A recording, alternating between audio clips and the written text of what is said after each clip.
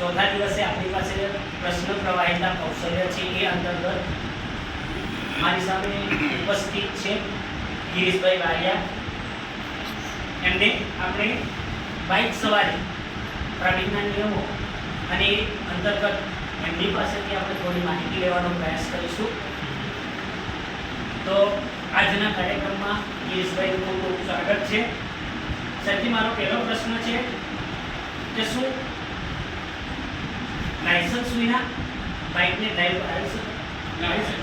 ના, તો પ્રશ્ન સારો છે. લાયસન્સ વિના બિલકુલ ડ્રાઈવ ન કરી શકાય. આરટીઓના નિયમ મુજબ 18 વર્ષ પૂર્ણ થતી હોય ત્યારબાદ જ કોઈ પણ વ્યક્તિએ ડ્રાઈવ કરવું જોઈએ, નહીં તો નિયમનો ઉલ્લંઘન થતો હોય છે અને એ નિયમના ઉલ્લંઘન થકી આપણને સજા મળતી હોય છે. ખૂબ જ સરસ સાહેબનો જવાબ ખૂબ જ સરસ હતો, આપણા માટે ખૂબ જ ઉપયોગી હતો. આજના કાર્યક્રમમાં આપણે એમને બીજો પ્રશ્ન પૂછતા સાહેબને એક વૈચારિક પ્રશ્ન પૂછે કે શું તમારા પિતા તમને બાઇક લઈ આપે છે તો એક બાઇક ડ્રાઈવ કરતા વખતે તમે શું ધ્યાન રાખશો? સૌપ્રથમ તો આરટીઓના નિયમ મુજબ લાયસન્સ મળ્યા પછી જ બાઇક ડ્રાઈવ કરવું જોઈએ.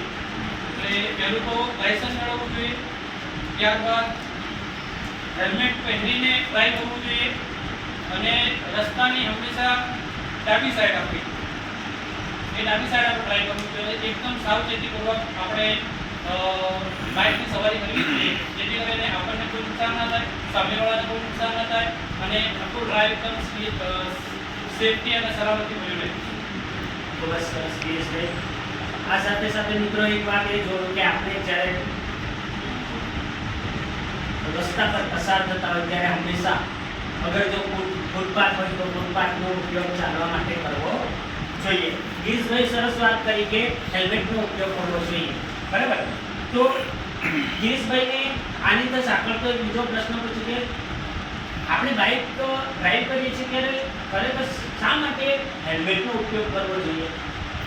મેં આગળ જણાવ્યું કે હેલ્મેટ એ વ્યક્તિએ સતત લગભગ બધાએ પહેરવું જોઈએ, કેમ કે એનાથી વ્યક્તિના જાનને નુકસાન થતું નથી, મૂળ વસ્તુ, અને વ્યક્તિનો જીવ જોખમમાં મુકાતો નથી. અને આરટીઓના નિયમ મુજબ કે કોઈ પણ વ્યક્તિ બાઇક જ્યારે ચલાવતું હોય તો એણે હંમેશા હેલ્મેટ પહેરીને ડ્રાઈવ કરવું જોઈએ, જેથી કરીને એ વ્યક્તિની જાન બચી શકે. ખૂબ સરસ ગિરીશભાઈ.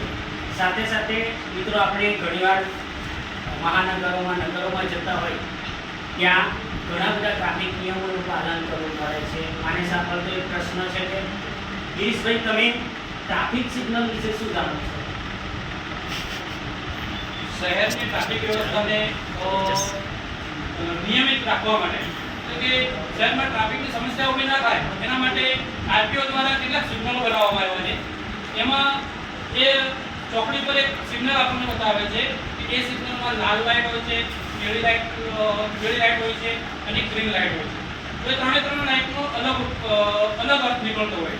લાલ લાઇટ જે હોય છે એ આપણને એવું સૂચવે છે કે આપણે ત્યાં થોભવું જોઈએ, અને પીળી લાઇટ એવું આપણને સૂચવે છે કે આપણે ત્યાં રાહ જોવી જોઈએ, અને ગ્રીન લાઇટ એવું સૂચવે છે કે આપણે હવે જવું જોઈએ.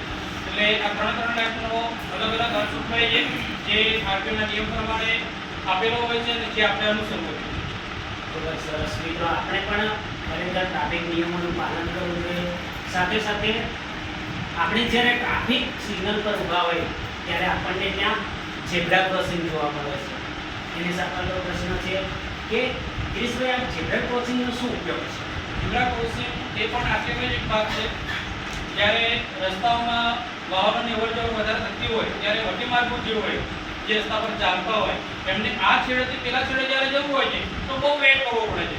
પણ આવા ઝેબ્રા ક્રોસિંગ દ્વારા આપણે એ વટી માર્ગોને એક આવવા જવા માટેનો માર્ગ આપણે એમને મોકળો કરી શકીએ છીએ. એટલે ઝેબ્રા ક્રોસિંગનો મૂળ હેતુ હોય છે કે જે વટી માર્ગો છે એ સારી રીતે ને સુચારુ રીતે એ આ રસ્તેથી પેલા રસ્તે જઈ શકે. ખૂબ જ સરસ. આજના સેશનમાં આપણે બાઇક સવારી સાથે ટ્રાફિકના નિયમો વિશે ખૂબ જ સરસ માહિતી ગિરીશભાઈ પાસેથી મેળવી. આજના સેશનમાં હું ગિરીશભાઈનો ખૂબ ખૂબ આભાર માનું છું અને આજનું સેશન અહીં સમાપ્ત કરીએ છીએ.